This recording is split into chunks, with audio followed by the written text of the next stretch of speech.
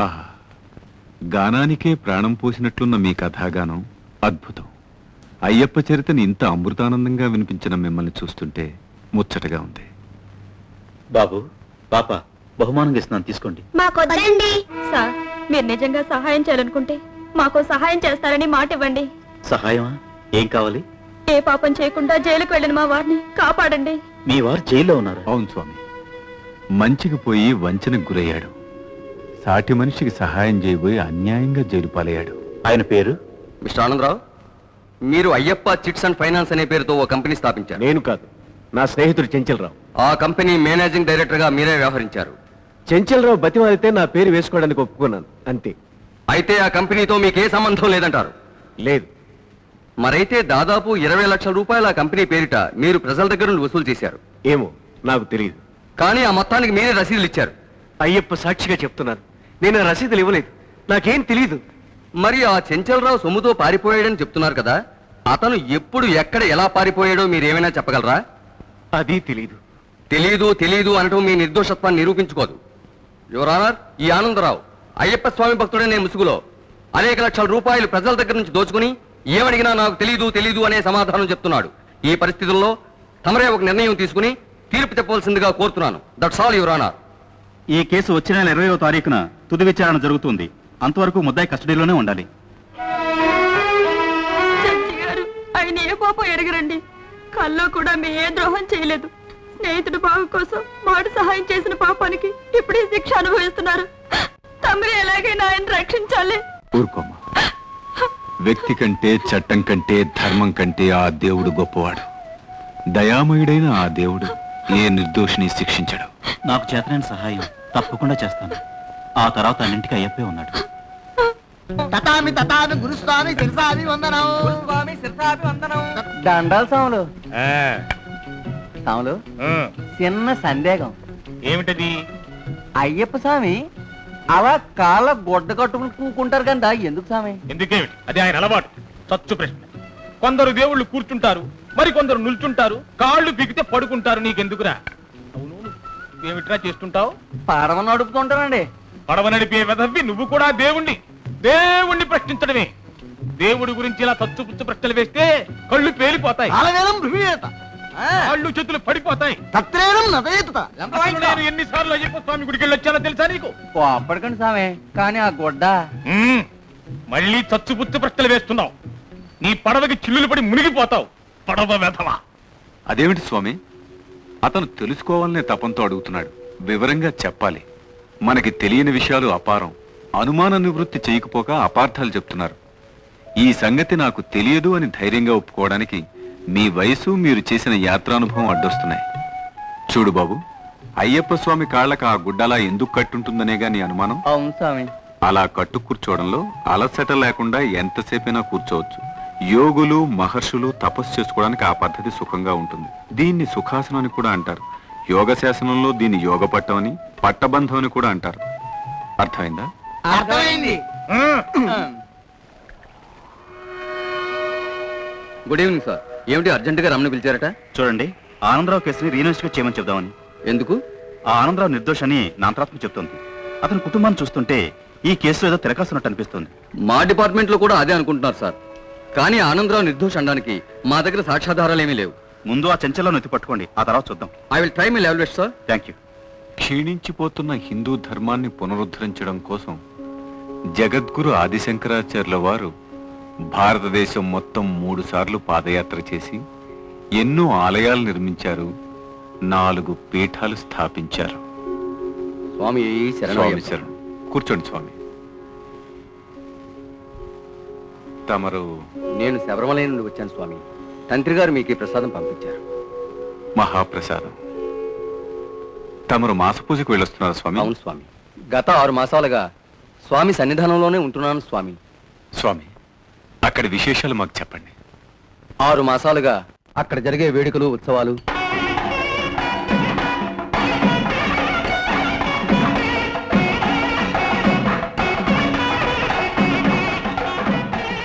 స్వామివారి ఉత్సవ విగ్రహాన్ని పంపానదికి స్నానం చేయించడానికి తీసుకొస్తారు.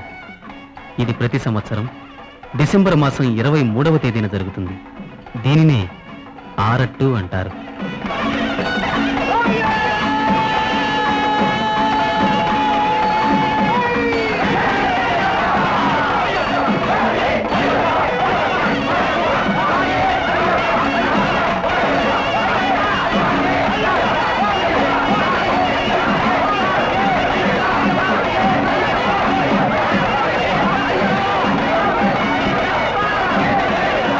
ఈ 18 మెట్లకు మూల విరాట్టుకున్నంత ప్రాశస్త్యం ఉన్నది.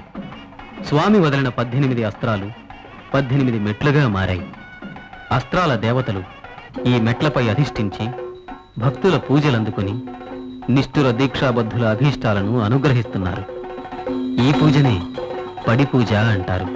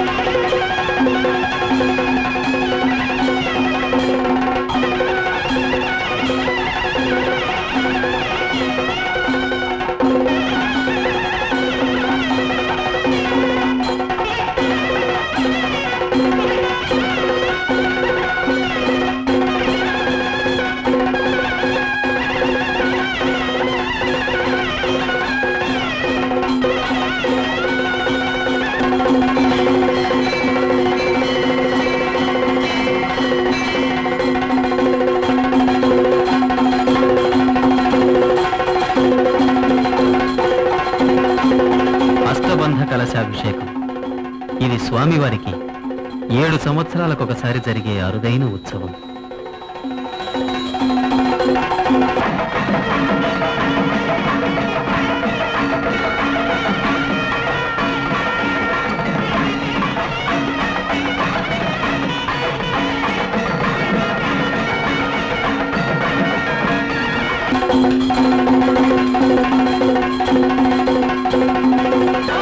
స్వామి ఆభరణాల వెంట పల్లకిలో వచ్చిన పందల రాజవంశీకుడు జనవరి 15వ తేదీన సన్నిధానానికి వస్తారు.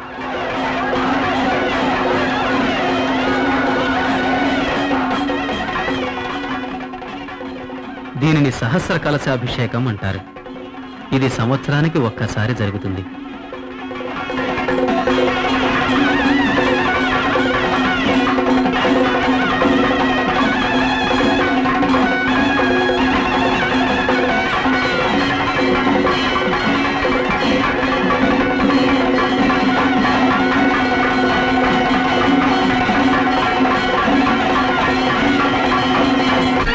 సహస్ర కలశాభిషేక ప్రియనే స్వామి, ఇవన్నీ మా కళ్ళ కట్టడి చెప్పి మమ్మల్ని అందరినీ తరింపచేశారు. స్వామి శరణం.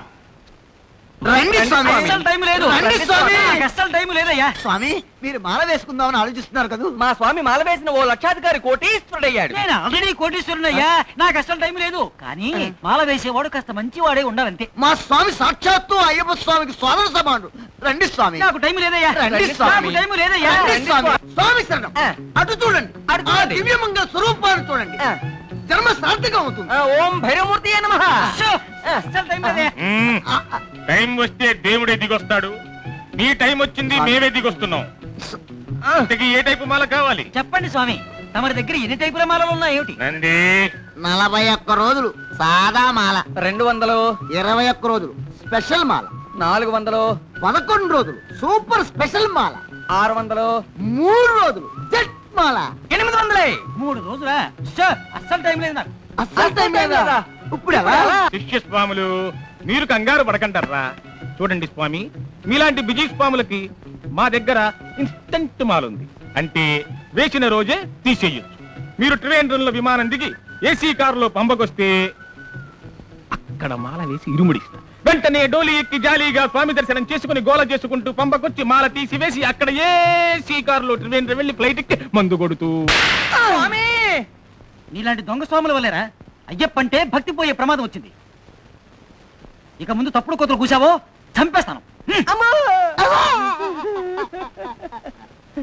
గురువు గారు మిమ్మల్ని గట్టిగా కొట్టాడా? స్వామి శరణం. గురుస్వామి, అరిషడ్ వర్గం అంటే ఏమిటి?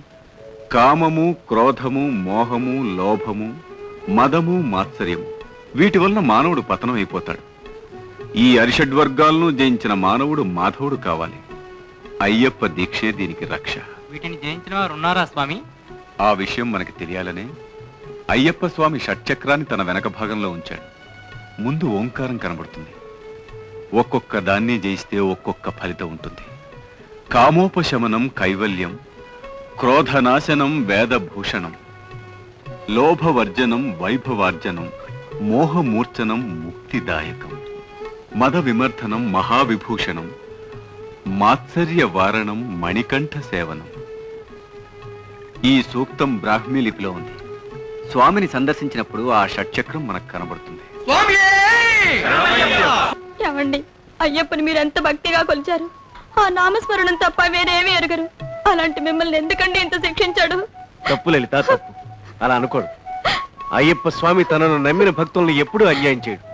ఇది నా భక్తికి పరీక్షగా భావించాలి, అంతే. ఏమండి, పిల్లలు రేపే శబరిమల యాత్రకు బయలుదేరుతున్నారు. నాన్నగారు మీ రూమ్ కూడా మేమే తీసుకెళ్తున్నాం. అలాగేనమ్మా. స్వామియే శరణమయ్యప్ప.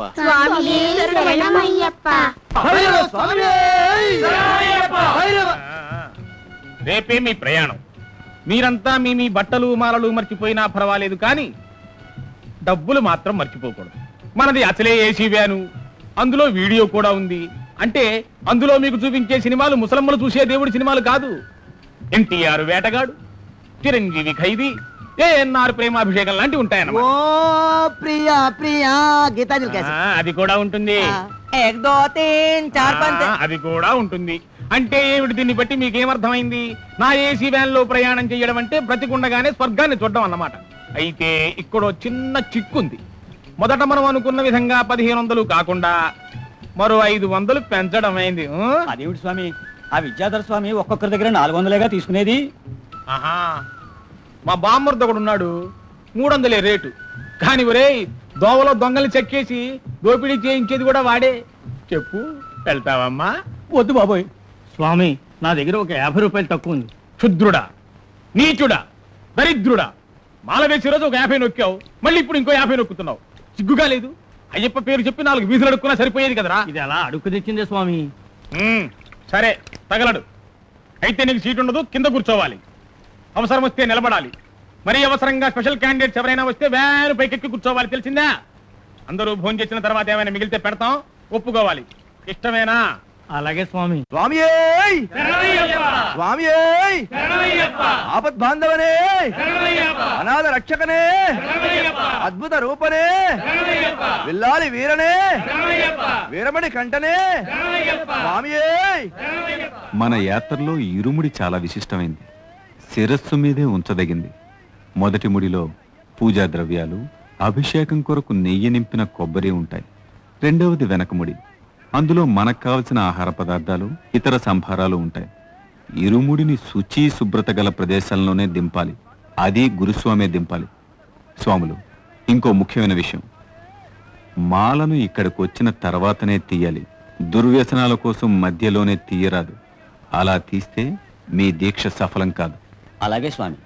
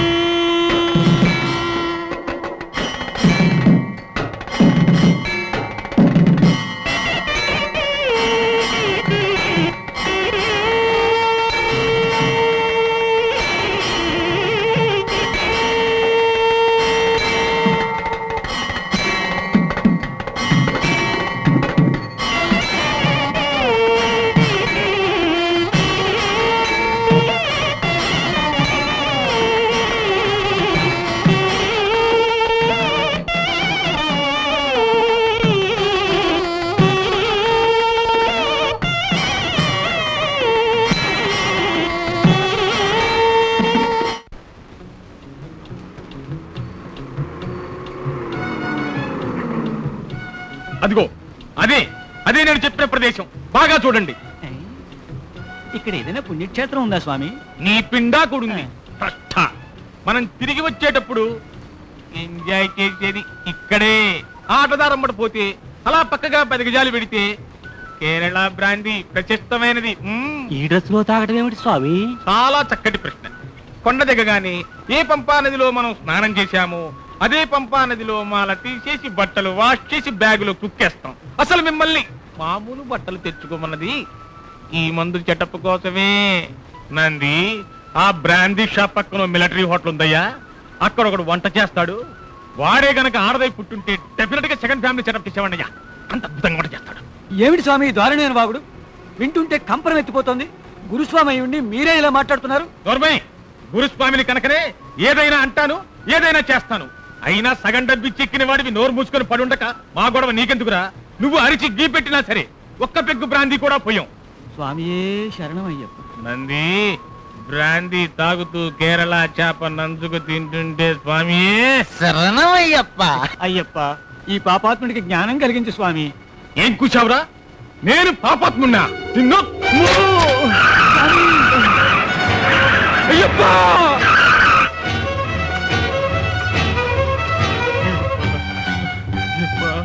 స్వామి, ఈ పాపిని మన్నించండి. ధనం మీద వ్యామోహంతో దేవుణ్ణి అడ్డం పెట్టుకుని ఎన్నో పాపాలు చేశాను, మోసాలు చేశాను. నాలాంటి వాడికి గురువుగా కాదు, భక్తుడుగా కాదు, కనీసం మామూలు మనిషిగా కూడా ఈ సంఘంలో బతికే అర్హత లేదు. నా పాపాలకు నిష్కృతి లేదు. నేను బతకూడదు స్వామి, నేను బతకూడదు. శక్తివంతమైన భక్తిని భక్తుల బలహీనతగా జమకట్టి వంచే మీలాంటి వాళ్లకు ఇది ఓ గుణపాఠం. భైరవమూర్తి గారు, స్వామి సన్నిధికి చేరుకునే ముందే మీలో ఈ మార్పు వచ్చింది అంటే ఇది అయ్యప్ప మీకిచ్చిన ఆఖరి అవకాశం. ఇక నుంచైనా మంచి బుద్ధితో, మంచి మార్గంలో, మంచి మనిషిలా బ్రతకండి. స్వామి, మేము కూడా మీతో పాటే యాత్ర చేస్తాం స్వామి. రండి, అందరం కలిసి ఆ స్వామిని సేవించుకుందాం. విద్యాధర స్వామి, శరణమయ్యప్ప. స్వామి శరణమయ్యప్ప.